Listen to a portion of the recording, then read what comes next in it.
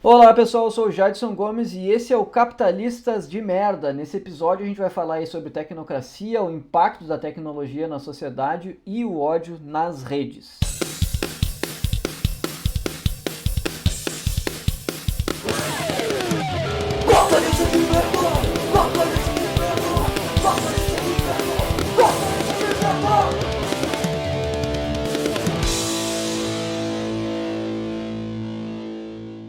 Bom, e é sempre muito gratificante a gente poder falar com alguém. Eu também estou bem feliz de poder trazer aqui para o Capitalistas de Merda alguém que eu escuto aí a cada 15 dias, né? Já faz bastante tempo.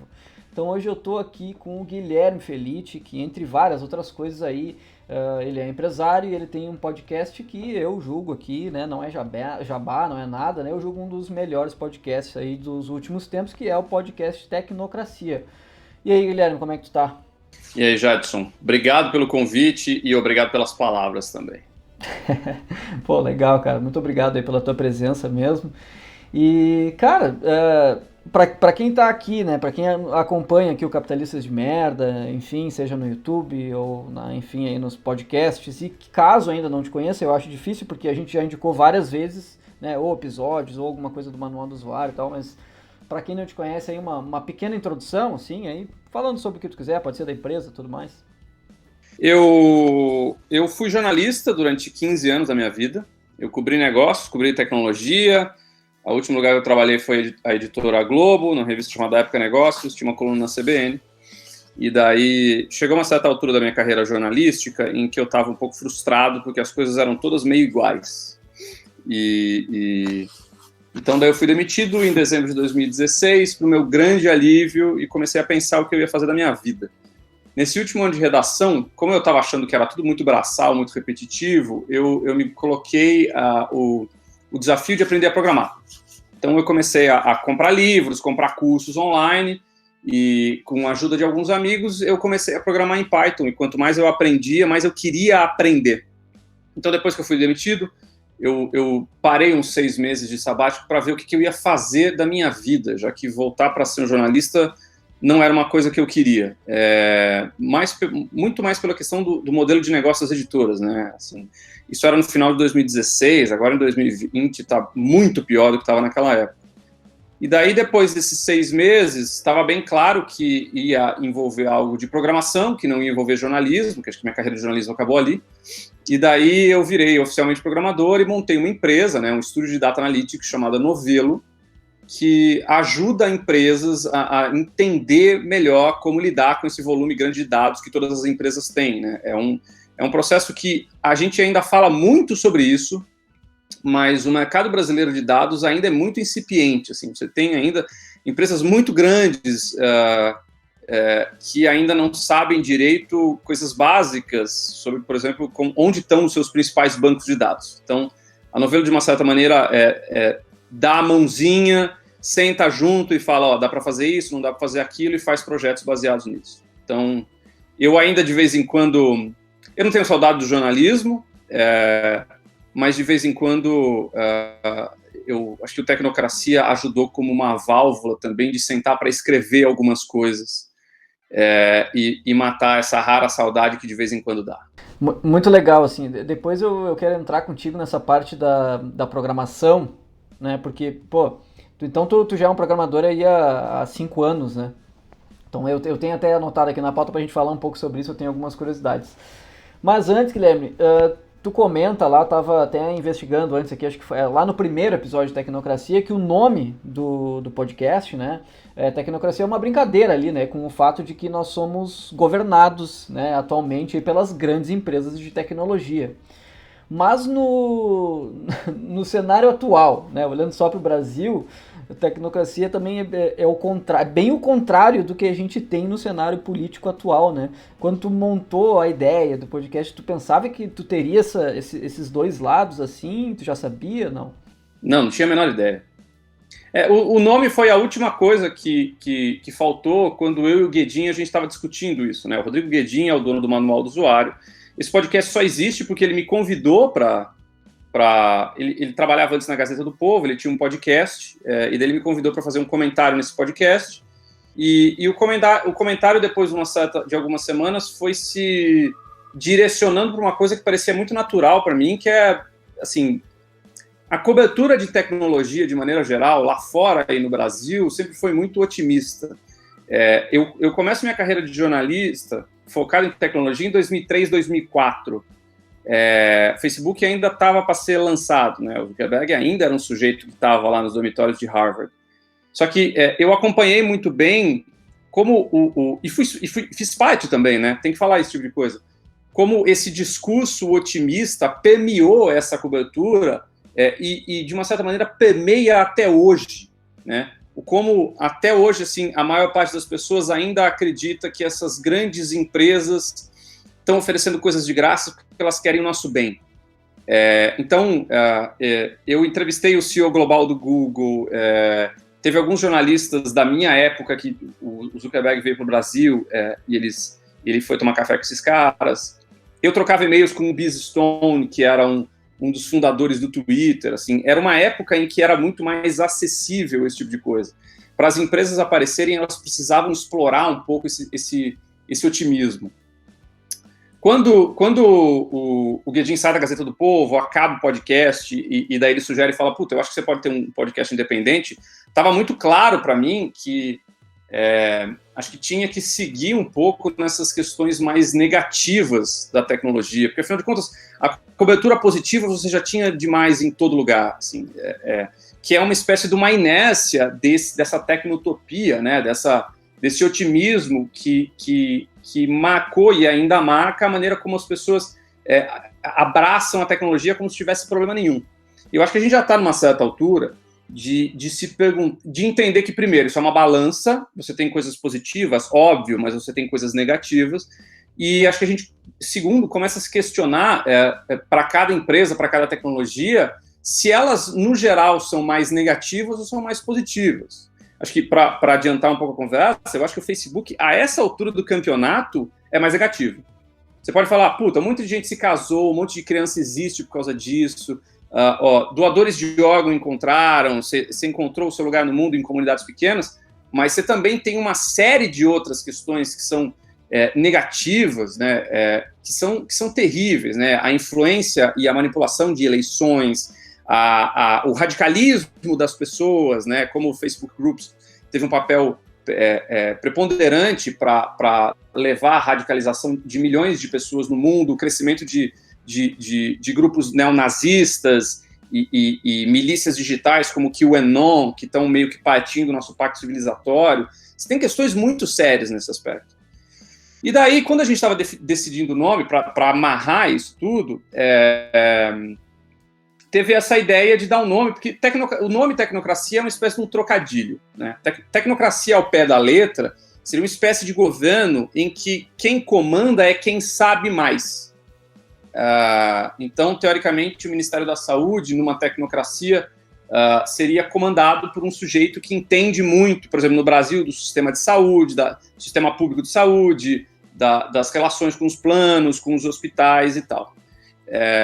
Mas também, como eu explico no primeiro episódio, era também uma espécie de um trocadilho para falar assim, a gente vai subverter um pouco esse sentido para mostrar que é uma espécie do governo das grandes empresas de tecnologia, porque você goste ou não, você preste atenção ou não, você esteja nelas ou não, elas definem a maneira como a gente vive, né? Hoje, se você entra a Wikipedia tem um verbete que atualiza diariamente para mostrar quais são as maiores empresas em market cap, né, em valor de mercado, das décadas, inclusive de agora. Então, você vê, a partir da década de 70, 80, 90, você tem uma ou outra financeira, né? Você tem uma ou outra empresa de uma General Electric da vida, você tem, de vez em quando, uma Coca-Cola, alguma coisa, mas você tem majoritariamente bancos e empresas de energia, tá? Principalmente de petróleo, ExxonMobil e coisas da vida. Na década de 90, isso começa a mudar quando você tem nomes como Microsoft, como IBM, como Cisco, que aparecem no top 10, e daí, desde então, se você vai ver hoje, eu acho que, se eu não me engano, 7 das 10 ou 8 das 10 são tecnologia. Então, basicamente é o mundo delas e a gente só vive nelas. E o nome tecnocracia explora esses dois negócios. Agora, tem uma curiosidade também que eu tenho uma aba no meu TweetDeck que vê tecnocracias, todas as menções à tecnocracia. E principalmente do final do ano passado para cá, você percebe muito como o termo tecnocracia vem sendo usado pelo bolsonarismo no Twitter como uma espécie de afronta, sabe? Para apoiar o Bolsonaro, para justificar muitas das indicações puramente políticas que o Bolsonaro faz, como, por exemplo, essa aproximação com o Centrão, que aconteceu muito a partir do começo de 2020, você vê muitas contas atreladas ao bolsonarismo digital que criticam a tecnocracia, falando, não, essa coisa de tecnocracia não funciona, você precisa ter alguém que entenda o povo e tal.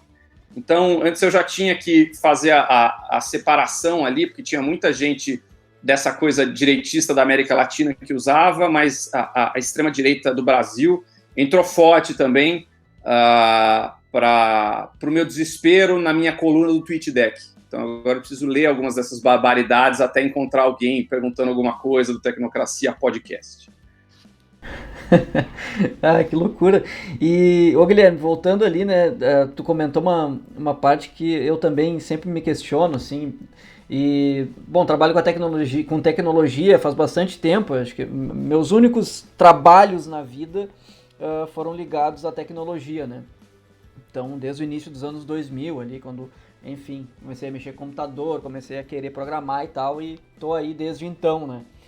E aí eu te pergunto, e vou tentar falar a minha visão também, que vou pensar aqui enquanto falo, que é, em qual momento o vislumbre, assim, porque todo mundo teve, né, tu comentou, né, seja quem está com tecnologia, ou que trabalha com tecnologia, ou trabalha em outras áreas que cobrem tecnologia, como tu comentou, todo mundo tem esse vislumbre, né, de que, pô, eu lembro, né, tu falou, eu lembro de um primeiro evento que eu fui, um grande evento, assim, que era o FISLI, né, Fórum Internacional de Software Livre, que acontecia agora, nesses últimos anos, eu não me lembro se aconteceu ou não, aqui em Porto Alegre, big evento, assim, né, e eu lembro que a primeira vez que eu e que hoje é meu sócio, né, numa das empresas de desenvolvimento e na BrasJS também, a gente foi no evento e tinha um stand do Google, né? Eu acho que foi uma das primeiras vezes e únicas vezes que o Google esteve presente, né, com um stand num evento de software livre, assim. E eu lembro que pra gente, naquela época, que tava ali na início de carreira, sei lá, há 2, 3, 4 anos programando, ver o Google se materializando pra gente, assim, foi uma experiência de outro mundo, assim, né? E só para trazer um caso, assim, onde que lá no início, talvez, de fato, todo mundo fosse mais inocente mesmo, talvez a gente não tivesse tudo que a gente tem, que a gente sabe hoje, né, tudo que foi explorado também, mas o vislumbre começou ali, né, e depois continuou, né, tanto com o Google quanto com outras empresas, assim, e pensando aqui agora, eu começo a entender mais ou menos o momento que esse vislumbre começou a me parecer errado, me parecer estranho, até começar a ler outras coisas, até acompanhar discussões de... Acho que dá pra, pelo menos no meu ponto de vista, na minha carreira, um divisor de águas foi o DRM.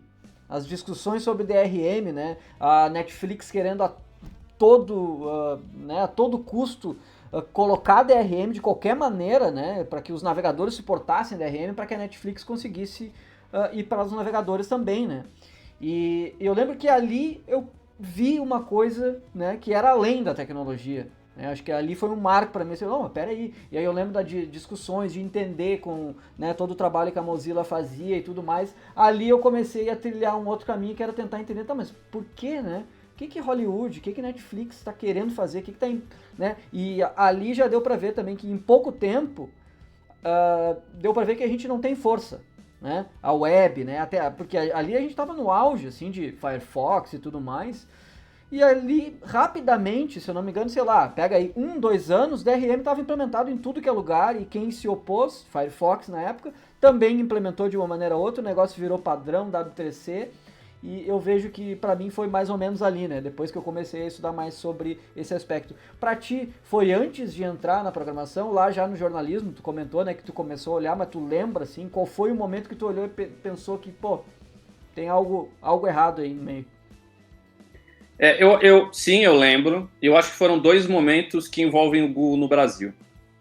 Então, historicamente, como é que a internet brasileira se organiza? Você tem primeiro, começa em 95, depois você tem uma primeira bolha, que vai até 2000, estouro da bolha em março de 2000, e aí tem um quebra-quebra enorme, e daí você passa por uma fase que eu chamo de inverno nuclear, que é basicamente, você não tem investimento de absolutamente ninguém em nenhum negócio digital, as empresas que nascem nessa época precisam se virar, você não tem venture capital, praticamente nenhum, e as empresas que nascem nessa época, as que sobrevivem, viram muitas das empresas gigantescas que a gente tem hoje. Então, por exemplo, o Mercado Livre nasce nessa época, numa época de vacas muito magras. O Buscapé também nasce nessa época, já teve momentos melhores, agora não tá bem, mas você tem uma espécie de reino dos fortes, digamos assim. Você precisa nascer e sobreviver. Isso começa a mudar em 2005, 2006, se eu não me engano, que o mercado brasileiro começa a melhorar um pouquinho e o Google chega aqui. Então, o que o Google faz eles já estavam interessados no mercado brasileiro, eles descobrem que tem uma startup em Belo Horizonte que faz busca com uma equipe tecnicamente muito foda. Um dos diretores tirou férias, ele ia para um observatório de estrelas no deserto do Atacama, no Chile, ele fala, puta, eu vou dar uma parada no Brasil, conversar com esses caras aqui. Ele senta para se reunir com um sujeito chamado Berthier Ribeiro Neto, que era o fundador da Acon, ex-professor da Federal de Minas Gerais, da Universidade Federal de Minas Gerais, e sai da reunião extasiado, manda uma mensagem para os fundadores e para o Eric Schmidt, fala, puta, a gente precisa comprar esses caras, 2 meses depois eles compram a Acon, e estabelecem o centro de desenvolvimento deles no Brasil, começam a operação no Brasil.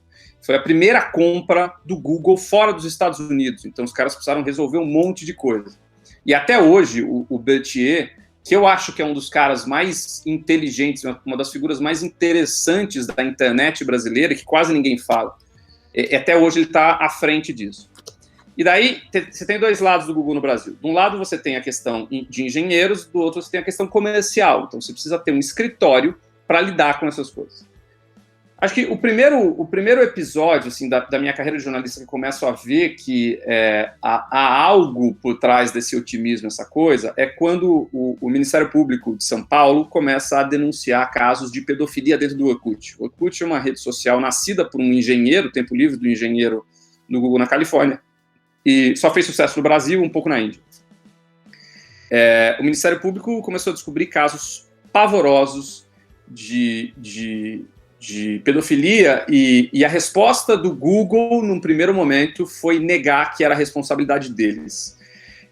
E para a gente, jornalista, de começo de carreira, que estava cobrindo isso foi isso foi bem chocante, porque afinal de contas a gente estava falando de uma empresa que já tinha passado por um IPO de muito sucesso, e que estava claramente tentando enrolar a justiça brasileira para mostrar que não tinha nenhum tipo de responsabilidade desse tipo de coisa. Esse processo durou meses e meses. Eles inicialmente tinham contratado um advogado que já tinha defendido um traficante anos antes, e era um advogado que, e essa cena eu lembro claramente, ele ia falar com jornalistas, ele ofendia os jornalistas. Eu acompanhei uma jornalista da redação onde eu trabalhava na época, do IDG, botando em viva voz para provar como o cara era completamente incapaz, despreparado.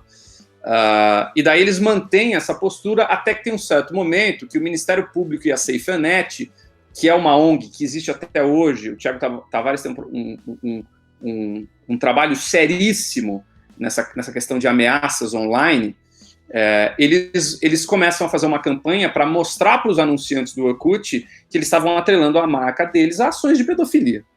E daí, quando isso acontece, quando você tem uma grande empresa de bebidas chamada Diageo, que cancela um contrato por causa dessa polêmica, aí o Google entende que precisa fazer alguma coisa e dá uns 180 graus nessa postura e começa a levar mais a sério essa questão.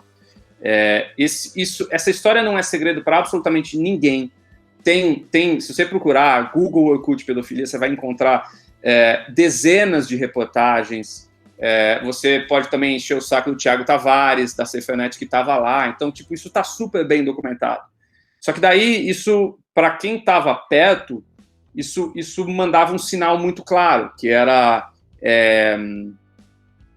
antes da gente pensar em seguir a legislação local, a gente vai pensar no próprio lucro. O que não é surpresa nenhuma ver o Facebook ignorando a legislação brasileira depois de você entender lá atrás como essas empresas lidavam com essas questões. Esse é o primeiro caso. Acho que o segundo caso também envolve Google, que é o Google também, ele é pioneiro em várias questões, e uma das questões que ele é pioneiro é a questão do Googleplex, que é basicamente um campus de trabalho que tem um ar de diversão, né? Que é basicamente você tem as suas redes, você tem as suas mesas de sinuca, lavanderia, você faz yoga e o escambau. E isso foi uma coisa que foi explorada muito em campanhas de PR, né, de press relations, relações com a imprensa, e ainda é, até hoje, como uma espécie de ferramenta de recrutamento. A empresa vai lá e fala assim, porra, olha a nossa empresa como é foda, a gente lava a sua roupa, a gente te dá 10 salários a mais, a gente te dá yoga, tem bicicleta, tem comida e o escambau. E a empresa, de uma certa maneira, reproduzia isso sem muito questionamento para mostrar como era legal, porque também estava vil, né? As pessoas queriam ler esse tipo de coisa. Só que daí, quando você começa a ter amigos e amigas e contatos que trabalham nessas empresas, você percebe que essa história de ter videogame liberado, sala do cochilo, mesa de sinuca, é um delírio do cacete, assim. O fato dessas empresas darem todas essas benesses é simplesmente para diminuir a quantidade de vida pessoal do funcionário, da funcionária, e fazer com que ele ou ela fique a maior quantidade possível de horas do seu dia trabalhando. Então você não tem que se preocupar com academia, você não tem que se preocupar com comida, você não tem que se preocupar com negócio. É uma coisa meio babá, digamos assim. E era só uma fachada, porque quando você começa a conversar com as pessoas falam assim, puta, é legal ter sorvete de vez em quando, mas eu não jogo videogame, eu não durmo, acho que faz 3 meses que eu não jogo sinuca lá, sabe? Era muito mais uma questão de apresentar para a mídia do que efetivamente uma realidade. Eu não estou dizendo que é ruim tratar bem os seus funcionários, tá? É bom, é muito bom. Só que existe um descasamento muito grande entre a imagem projetada e que ficava dentro da cabeça das pessoas, que tipo, puta, trabalhar nessas empresas é XYZ, e o que é a realidade de trabalhar nessas empresas. Fica uma coisa quase cenográfica. Sim. Com certeza, cara. E, bom, eu tive algumas experiências aí, e eu acho que concordo totalmente, assim, nessa...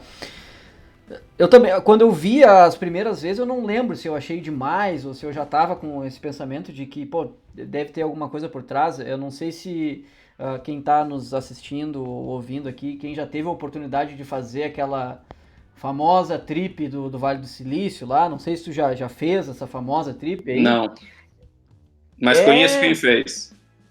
É sempre aquele...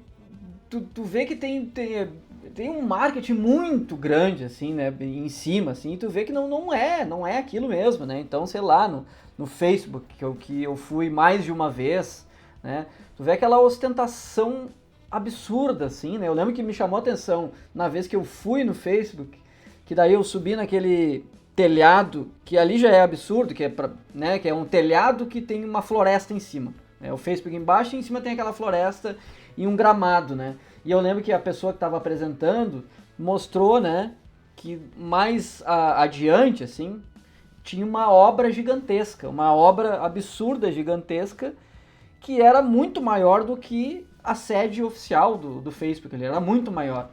E aquilo ali seria mais uma nova sede do Facebook no ano seguinte, né?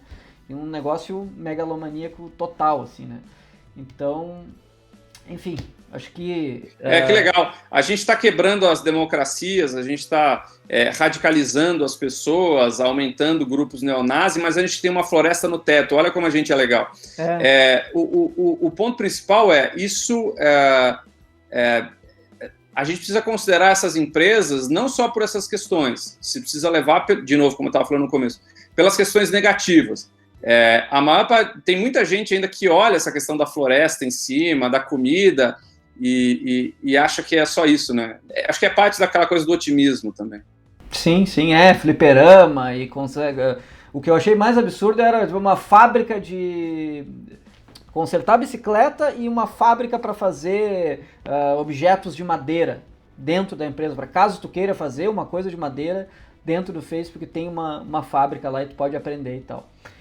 Enfim, Guilherme, vamos falar um pouquinho ali sobre, que é uma curiosidade minha, assim, sobre essa tua migração do jornalismo para tecnologia, assim, como é que foi a tua experiência, assim, né? Então tu já tá há uns 5, 6 anos programando, atualmente, né, na Novelo, tu programa diariamente, como é que tá isso? Cara, eu tô nessa vida, oficialmente a Novelo fez 2 anos no mês passado, em agosto. Eu programo, eu continuo estudando enlouquecidamente para continuar melhorando. Quando eu fundei a Novelo, eu achei que eu fosse passar os meus dias programando, mas isso é uma armadilha que depois que você abre a empresa você percebe, porque você tem uma quantidade gigantesca de outras coisas para fazer que não são aquilo que você achava que você ia fazer. Então, você tem que conversar com... você tem que conversar com advogado, conversar com fornecedor, com os freelas que estão te ajudando em alguns projetos, você tem que prospectar, você tem que fazer PowerPoint, você tem que fazer contrato, você tem que cobrar cliente que não paga depois que você entrega, você descobre alguma coisa, você tem que passar para a mídia. Então, é uma coisa que acho que qualquer um que empreendeu já sabe. Os meus momentos de mais prazer, obviamente, é a hora que eu sento a bunda na cadeira para programar, que é basicamente o que eu gostaria de fazer muito. Gostaria de fazer mais, assim, eu adoraria, assim, o meu objetivo é a Novelo crescer o suficiente para não ter que lidar diretamente com muitas dessas coisas, assim, para eu ter espaço livre para sentar e programar. A transição para a programação, honestamente, não foi muito difícil. É óbvio que tem algumas questões. É óbvio que tem uma questão de síndrome de impostor que é muito pesada, principalmente quando eu entro num setor em que eu sei que vão ter caras com 15 anos a menos que sabem muito mais do que eu jamais vou saber na minha vida. É uma coisa que eu comecei a estudar razoavelmente há pouco tempo. Só que também tem uma outra coisa que ficou muito claro, acho que o principal dessa questão de ciência de dados, de programação, não é necessariamente você fazer o algoritmo mais fodido que você tem que fazer. Talvez isso valha mais para a ciência da computação pura. A partir do momento que você vai fazer análise, mais do que saber aquela função mais fodida, você precisa entender o que você está buscando. Você precisa saber o que você vai ir atrás. E, principalmente, você precisa saber como comunicar. Então, todas as entrevistas que eu já dei, as palestras e tal, eu fico martelando no conceito de que eu já conheci programadores que são geniais. Os caras fazem coisas que eu provavelmente vou precisar 15 anos estudando para conseguir fazer, mas eles não conseguem falar direito.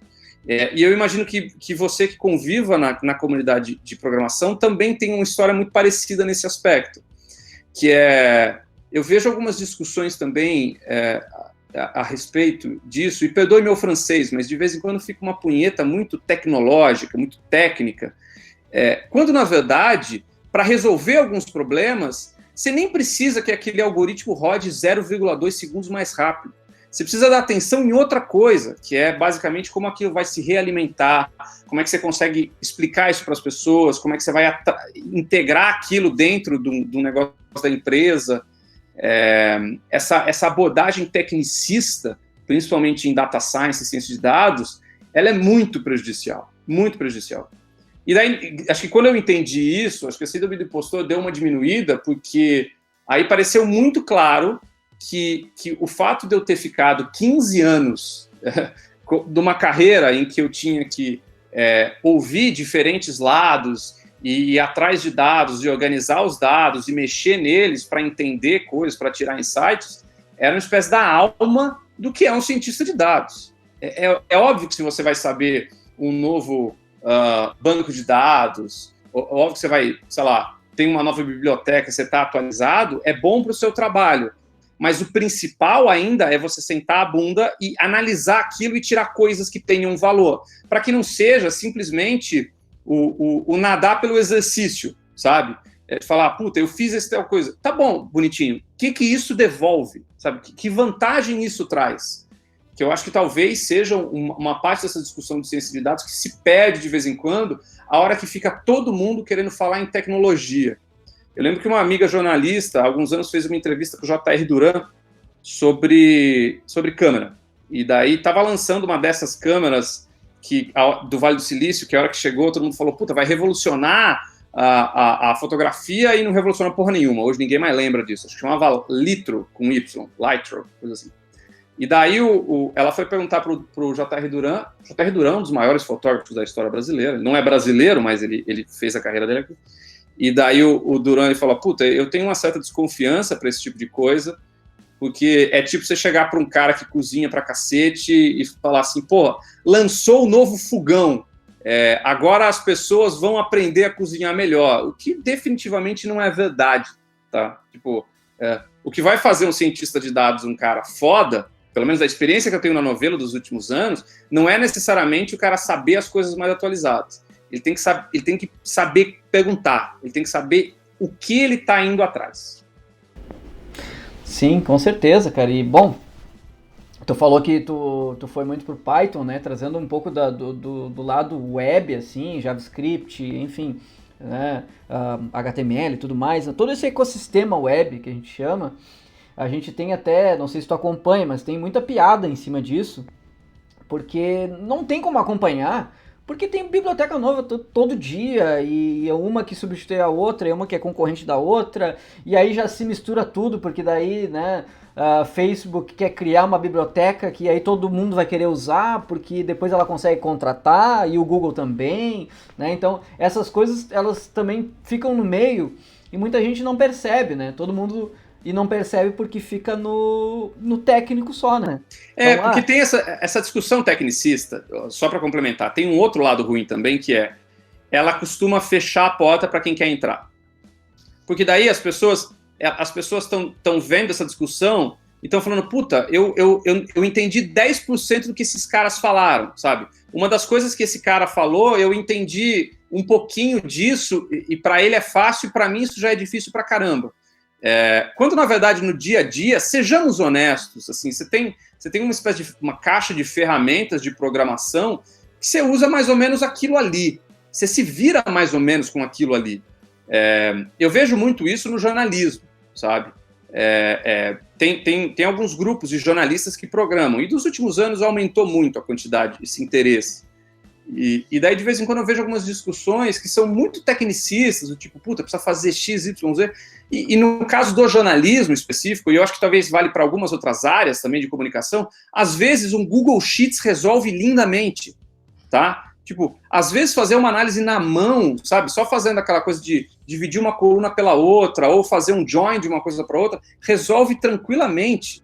Porque, às vezes, esse tecnicismo exagerado sugere que você só consegue fazer aquilo a hora que você é super aprofundado nisso, sabe? Você é expert. E é mentira.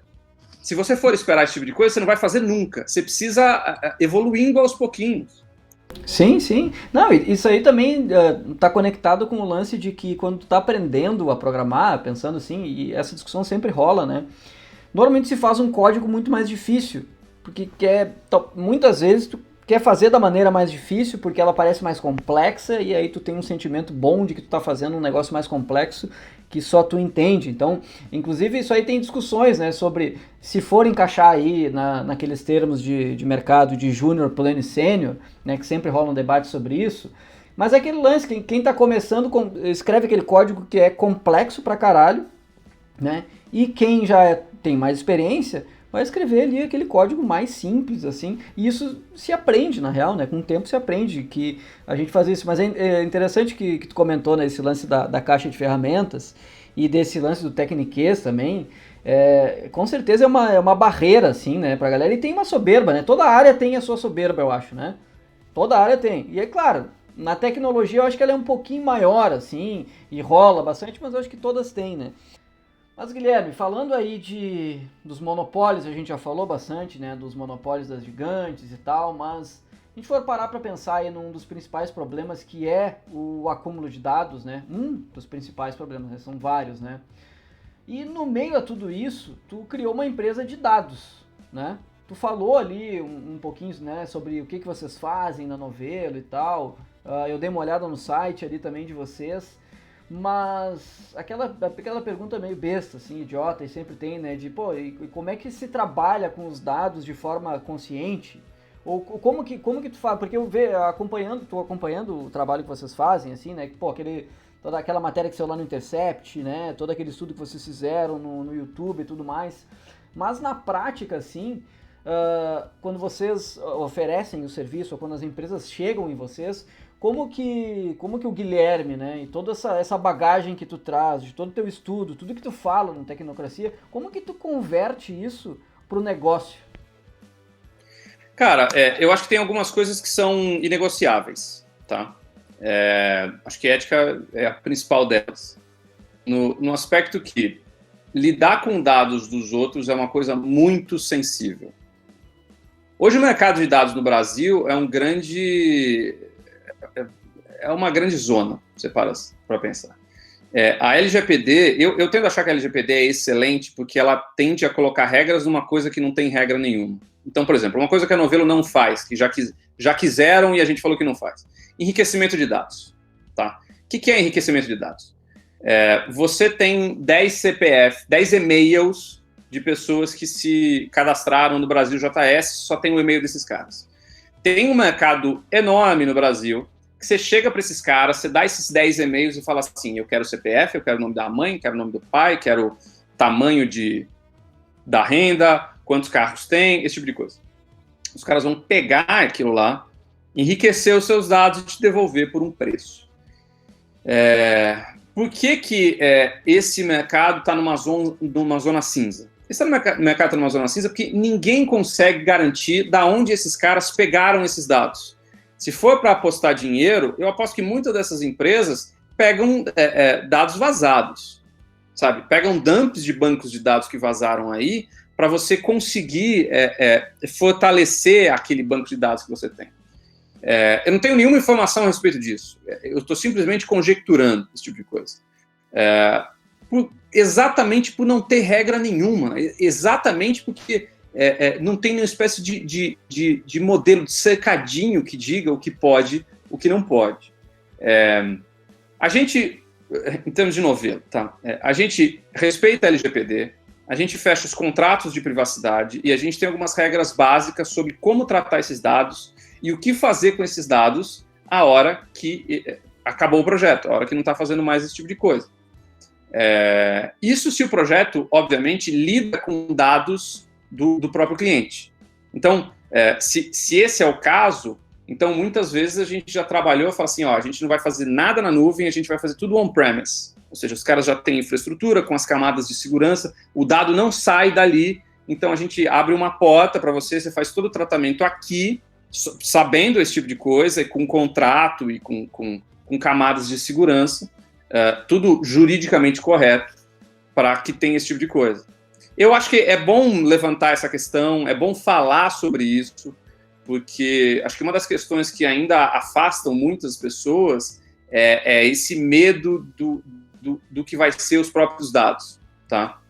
Porque o mercado, o que vai acontecer com os próprios dados? O mercado de dados do Brasil, ele é uma coisa meio pendular ainda, no sentido que você tem uma vontade, de um lado, muito grande, e do outro você tem um desconhecimento profundo. E daí o desconhecimento do, o que vocês vão fazer com o meu dado? O que dá para fazer com esse tipo de coisa? Tem cliente que fala, eu te dou um banco de dados e eu quero um crescimento de 40% na receita no mês que vem, e não é assim que funciona. E até coisas mais básicas, como eu falei no começo, que é tipo, onde é que estão os meus bancos de dados?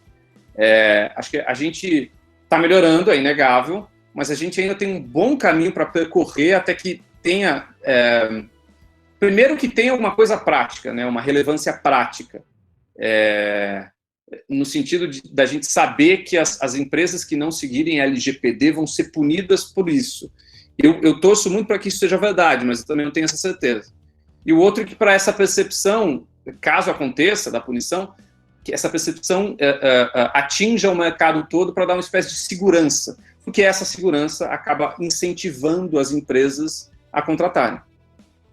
A LGPD só é positiva. Eu não consigo entender a empresa de dados que está chorando pelo LGPD. Se você é uma empresa de dados que está chorando pelo LGPD, está na hora de rever o teu modelinho. Boa. Eu acho que eu participei de um evento agora essa semana aí sobre LGPD, né?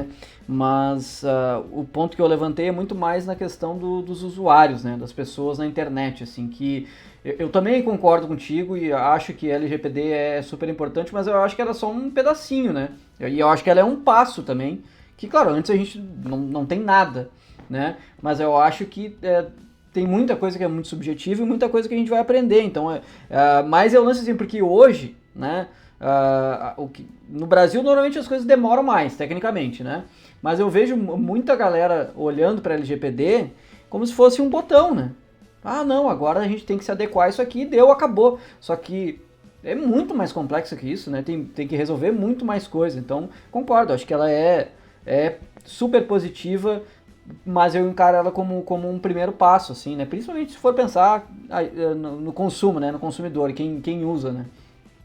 Não, é isso aí, concordo com você. E eu acho que a gente ainda tem um momento acho que das pessoas entenderem o que é LGPD, assim, que tem um episódio de Tecnocracia que é isso, que é tipo, essa noção do que é dado é difícil, tá? Porque não é uma coisa palpável. Quando você vai na padaria, você compra um pão com manteiga, você tá na tua mão o pão com manteiga, você sabe o que é um pão com manteiga. Dado é uma coisa impalpável. Então, acho que daí é mais difícil você explicar para as pessoas, que não a gente, tá, que está no mercado de tecnologia, mas explicar para as pessoas que falam assim, puta, essa empresa não pode ter teus dados. Tá? Você não deu os dados para ela conseguiu de uma outra maneira. Eu acho que isso, eu acho que eu sou otimista nesse aspecto, mas eu acho que a gente ainda vai ter bons anos, assim, até ter uma percepção a respeito disso. Sim. Que de uma certa maneira vai mudar um pouco o mercado para melhor, mas acho que vai ser mais devagar essa mudança do que eu gostaria que fosse. Ah, não, com certeza. Acho que é muito complexo, cara. Hoje até eu fui fazer um exame de ouvido, que eu tive uma otite no início do ano, fui fazer um exame, e aí para entrar no prédio, daí cheio de máscara e tudo mais, para entrar no prédio, nome, CPF, não sei o que. Entra lá, o exame, nome, não sei o que, não sei o que. E aí eu pensando, pô, no dia anterior eu tinha falado sobre a LGPD, né? Que ela se aplica a tudo, né? Não só aos dados da internet, né? O que acho que as pessoas talvez também não tenham entendido é que, mesmo a galera dentro do mercado de tecnologia, a LGPD transforma toda empresa em empresa de dados. Toda. Tipo, a LGPD vai transformar o seu prédio numa empresa de dados. Porque é isso que você está falando, o prédio comercial tem um banco de dados para falar quem está subindo, quem está descendo, quem está aparecendo, quem é o quê, quem recebeu tal coisa. Isso é um banco de dados. Você precisa ter privacidade, esse tipo de coisa. Você precisa ter um modelo para saber como deletar esse tipo de coisa.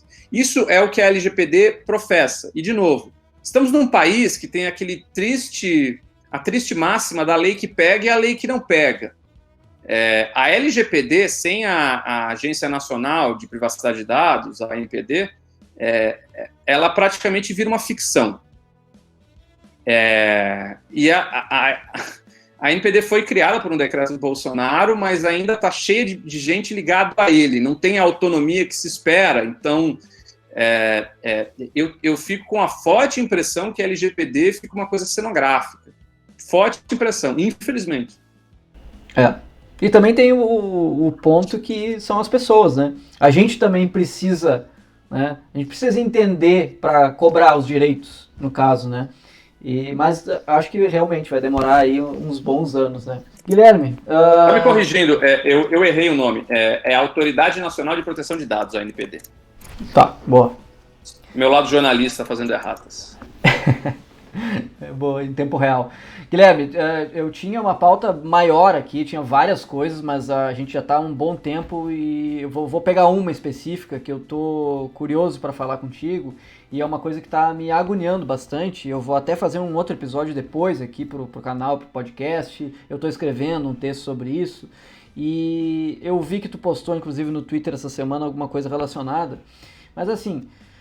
outro fator crítico aí que está sendo bastante debatido são as redes sociais, né? E eu vejo que agora eu vejo, porque antes eu estava fora do Twitter por 2 anos, fora das redes sociais, eu voltei agora no último mês, né? Voltei agora no mês de agosto, E eu fiquei 2 anos fora de todas as redes sociais, né? Tirando o YouTube, né? Mas Instagram, Facebook, saí de fora, do Twitter também. Eu era muito ativo no Twitter há mais aí de 10 anos, sei lá. Melhorou a cabeça? A cabeça sim, a cabeça tá boa, tá melhor. Mas aí que tá, né?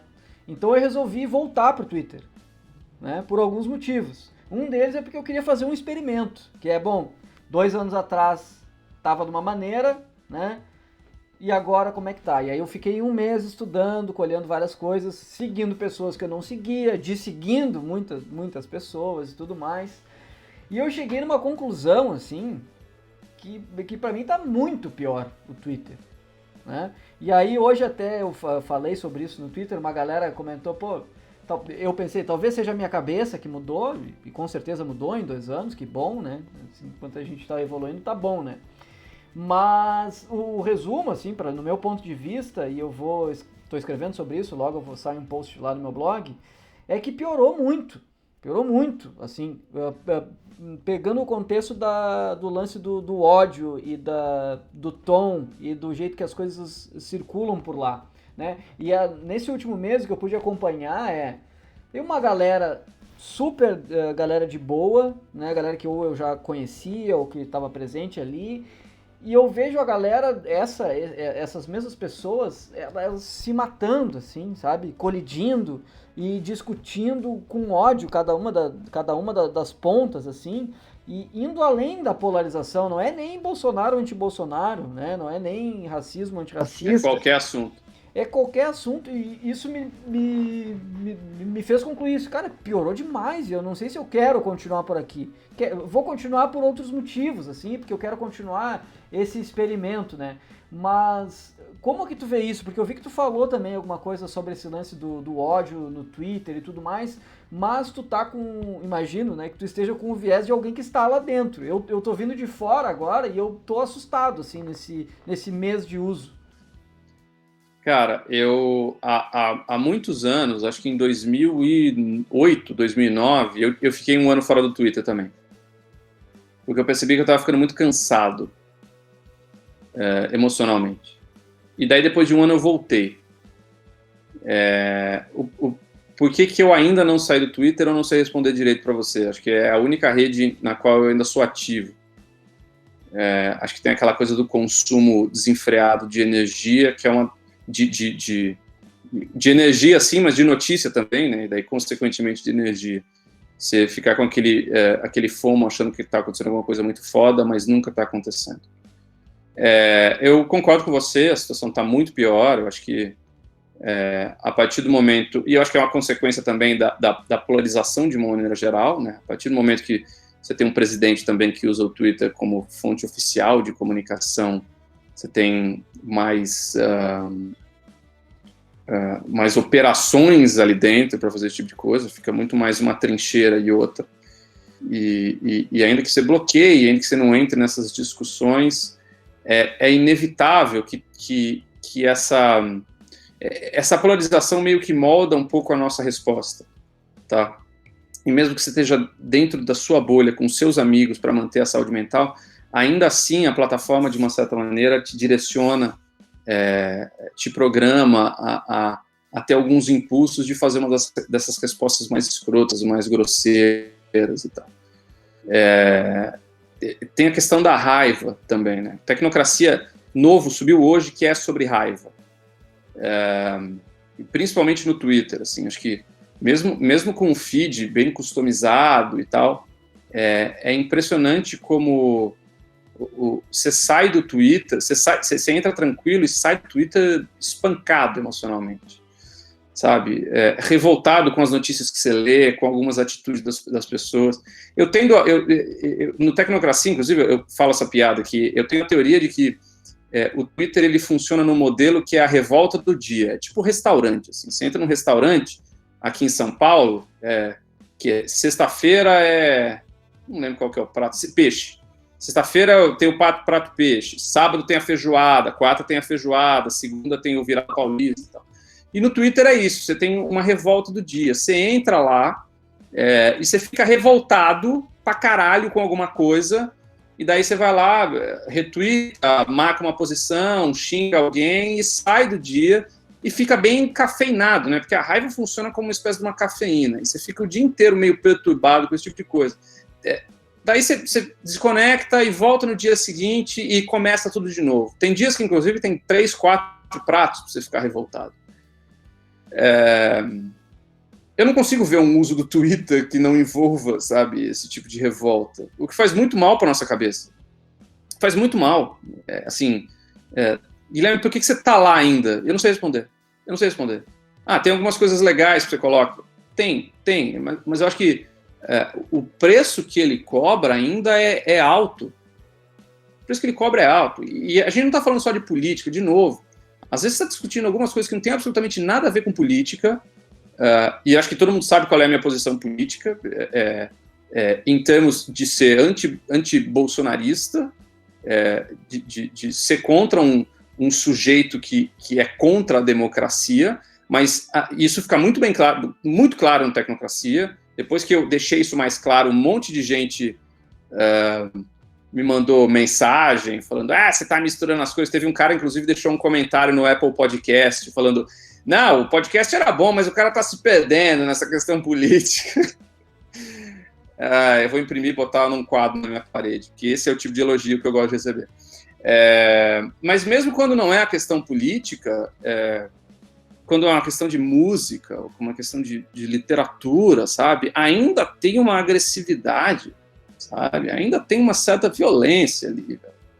E não é bom isso, assim, não é bom, assim, a maneira como a gente interage no Twitter não é a maneira como a gente interage na vida, sabe, e eu tenho, sei lá, passada a pandemia, eu tenho muita vontade de sentar com algumas dessas pessoas que eu conheço só do Twitter para tomar uma cerveja, porque aí sim você está interagindo com essas pessoas.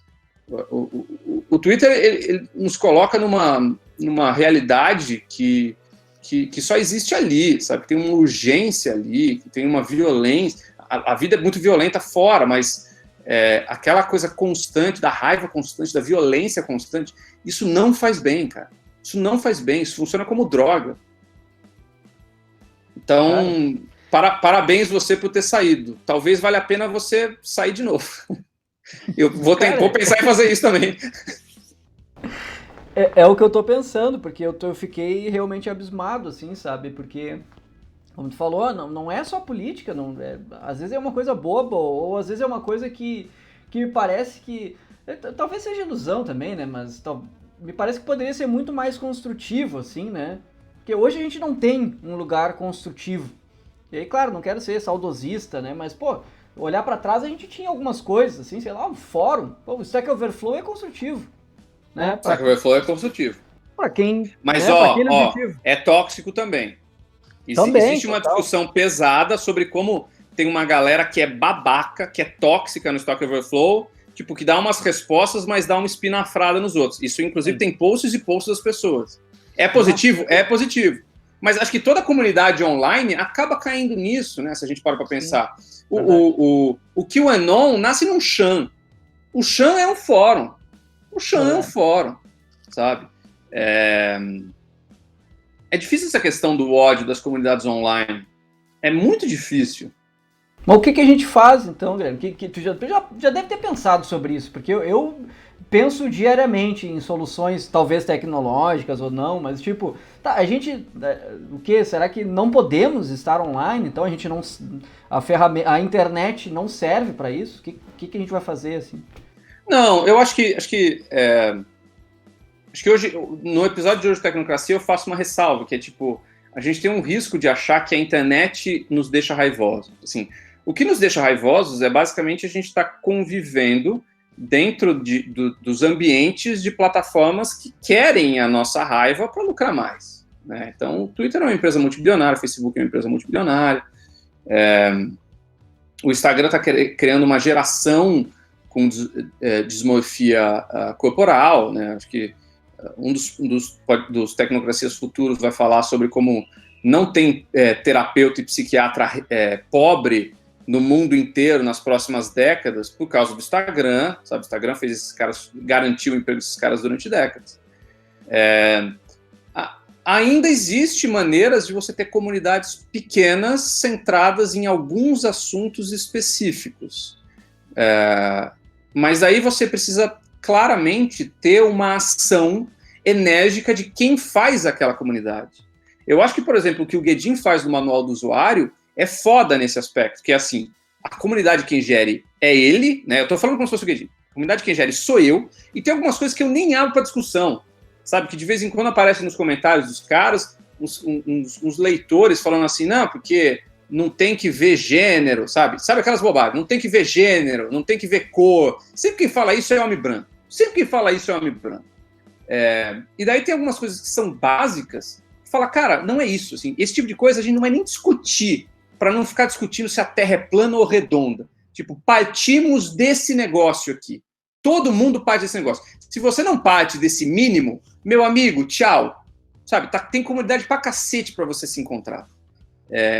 Mas eu tendo a achar que não existe comunidade generalista assim, para todo mundo, sem tipo de regra rígida, e em que você consiga interagir com desconhecidos sem que não tenha o ímpeto do troll. Sem que tenha o ímpeto do troll. Que é isso que vai acontecer. E daí, bicho, quando tem um troll, fudeu, sabe? O troll, ele vai envenenar a água do poço inteira. É um só que precisa. Então, acho que talvez exista, sim, caminhos para comunidades pequenas, com regras muito claras, regras exercidas, para falar de assuntos específicos. Aí eu acho que pode ser. Mas enquanto a gente vive no mundo de Facebook, de Google, de Twitter, de Instagram, de WhatsApp, os caras não... Eles têm as regras, né, já está bem claro, mas não executam essas regras. Eles querem a raiva. Não tem nada mais que cria um laço do que a raiva. De novo, que é uma coisa que eu falo no podcast mais recente, que é tipo, o contrário da raiva não é a felicidade, o contrário da raiva é a apatia, né? Nesse contexto que a gente está falando. Que basicamente a pior coisa que os caras querem, esses donos de plataforma, é alguém apático, é alguém que não consegue reagir a esse tipo de coisa. A raiva é o motor para a sua reação. E daí fica todo mundo maluco assim para deixar centenas de milionários ou bilionários ainda mais ricos. Sim. Guilherme, nesse texto que eu estou escrevendo, eu cheguei numa conclusão que talvez seja totalmente errada, mas é uma impressão minha que eu vou te perguntar. Tu não acha que o problema seja o texto, então? Tu que é jornalista, mas será que o problema não é o texto? Porque, de novo, na mesa do bar é muito diferente, né?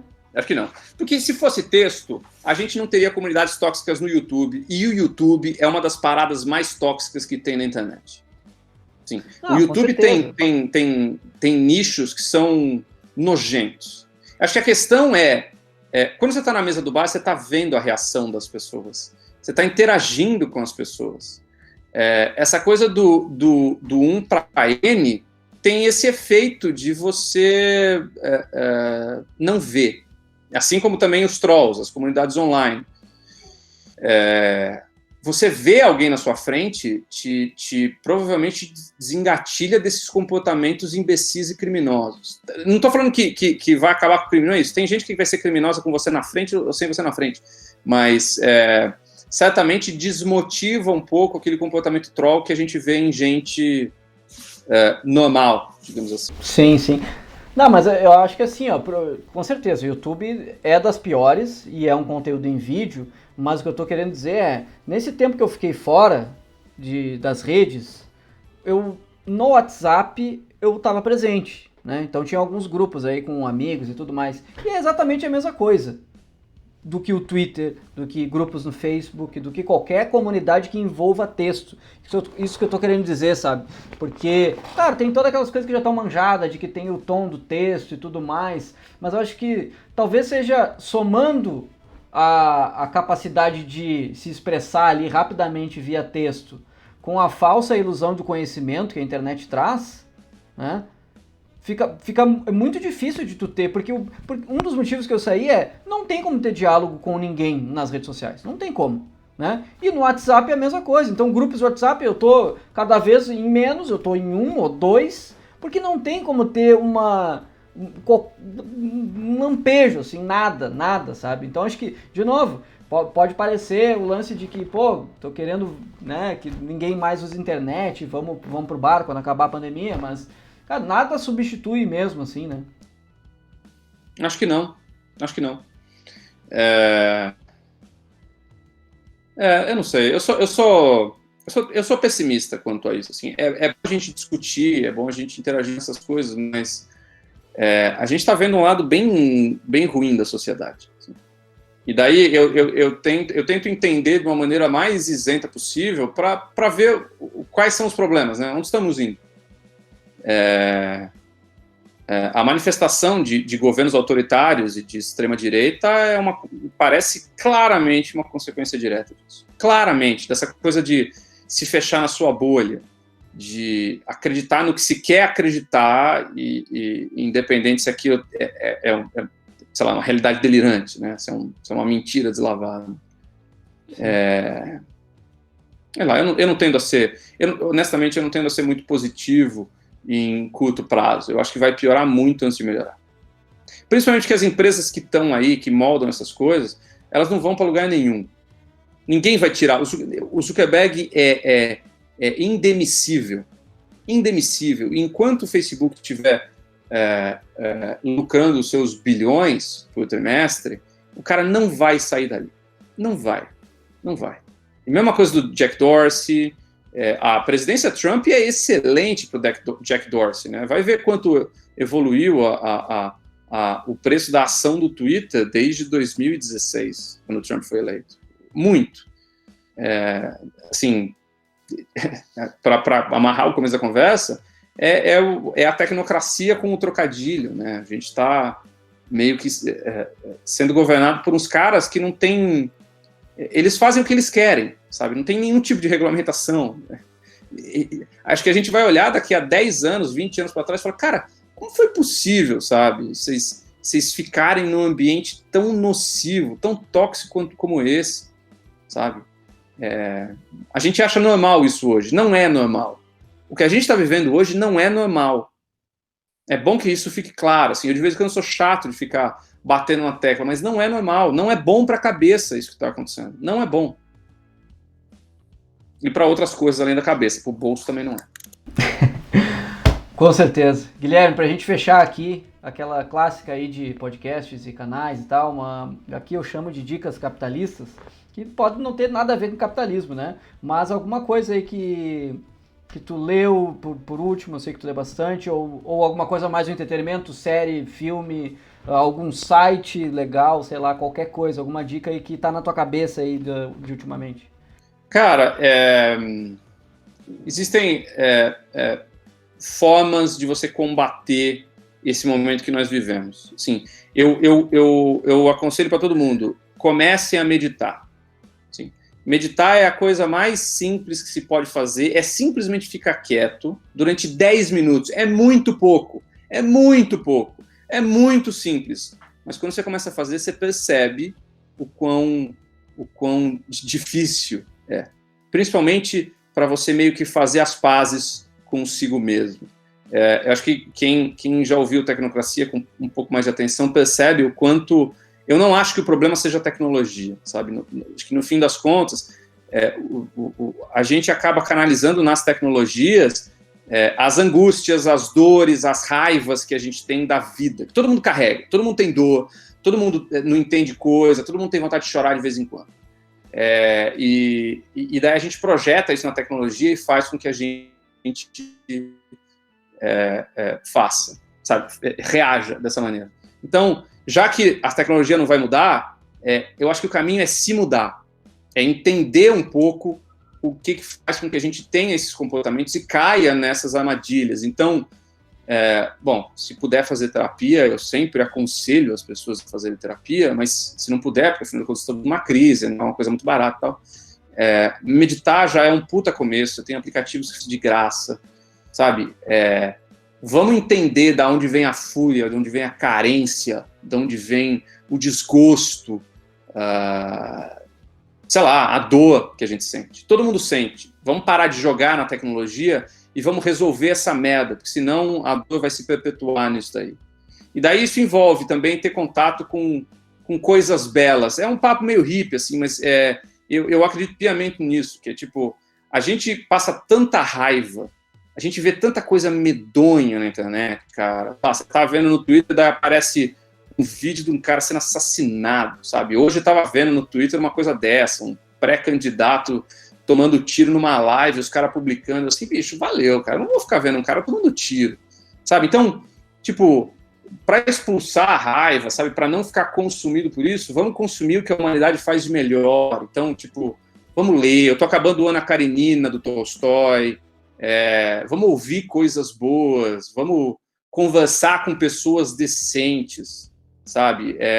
Não tem uma dica muito clássica do tipo, leia esse livro, porque eu acho que é uma coisa meio charlatã. Assim. Quem fala, tipo, leia esse livro para sua vida resolver, é a galera da autoajuda que só se ajuda, no fim das contas. Mas, tipo, tenha contato com a beleza. O mundo produz belezas. Vamos parar só de ver a desgraça. Vamos lembrar das coisas belas que tem por aí. Que demais, cara, que demais. Eu vou dar uma dica também nessa linha, então, que eu, ao invés de indicar aí uma série ou filme, alguma coisa assim, eu vou indicar que a galera ouça música extrema. Que aí, tu falou do lance da meditação, eu nunca consegui, mas pensando no que tu falou, o jeito que eu medito é ouvindo metal extremo. Metal extremo? Metal extremo, death metal, black metal, grindcore, coisas desse sentido. E eu acho que é o jeito, por exemplo, para programar, que a gente comentou antes, para eu conseguir programar, eu preciso chegar num nível de transe que o metal extremo me dá. E não precisa ser só metal, tem vários sons que pegam elementos do metal extremo, mas que não são aquele metal gutural e tudo mais, né? Tem vários... Mas tem letra ou é só os caras tocando? Não, com letra. Aí tu tem que escolher o teu sabor. Tem satanista, tem niilista, tem tudo que tu quiser, né? Tem a galera que pega uma coisa mais medieval, esse eu não curto muito. Sei lá, a banda, uma das que eu curto bastante, o nome da banda é Death, mas ele não fala de morte, ele fala muito pelo contrário, ele fala da vida, né? O cara já morreu, mas as letras dele são incríveis. E é um som que me hipnotiza, assim, eu boto Death, eu boto, sei lá, um Entombed, que é uma outra foda, enfim, a minha dica aí pra quem tá ouvindo, não sei se tu curte, Guilherme, mas é uma... Cara, perdeu o preconceito, né? Perdeu o preconceito com metal extremo. Eu ouço muito pouco, eu agradecer muito se você tivesse uma playlist pra me passar pra eu ouvir depois, cara. Vou te Porque passar, na hora de programar, eu também preciso entrar num transe, entre aspas, obviamente, mas... Tem uns sets que a gente chama de minimal, que é eletrônico, de um duo chamado Above and Beyond, que o cara fica fazendo sets de 5 horas seguidas. Cara, eu também acho maravilhoso, porque daí você fica lá programando, você nem vê o tempo passar. Claro, não, vou te mandar vários, assim, e tem, de novo, eu até indiquei num outro aqui que o André Stouts, que falou comigo aqui, ele se impressionou, que eu falei, agora eu tô botando pra dormir Animals as Leaders, que não é metal, mas é um rock progressivo, que tem um dos guitarristas mais foda aí da atualidade, ele tem uma guitarra de 8 cordas, e a banda são 2 guitarras de 8 cordas e bateria, e é uma evolução do jazz indo pro metal, assim, sabe? Esse não tem vocal, esse é só sonoro. É demais, é incrível. Uma outra, pra indicar aqui pra ti, pra quem tá ouvindo, uma banda francesa, Igor, só que com 3 R's no final. Sei lá como é que é a pronúncia. Igor. E essa banda faz algo assim, ó, que foi das coisas melhores que eu ouvi esse ano, assim, sabe? É um metal melódico, mas com elementos do Egito e uma parada progressiva e também me coloca naquele transe bom de conseguir me concentrar. Que demais. Eu vou atrás depois pra ouvir isso daí. Ver se tem esse efeito em mim na hora de programar. Guilherme, muito obrigado pelo papo, cara, adorei, valeu mesmo. E claro, vamos deixar a dica aqui, né? Quem não conhece Tecnocracia, vai lá, com certeza vai ter o mesmo efeito que teve em mim, que foi quando eu descobri o Tecnocracia, eu maratonei todos os episódios e agora tem muito mais. Jadson, obrigado pelo espaço, foi um prazer. Sempre que precisar, estamos por aí.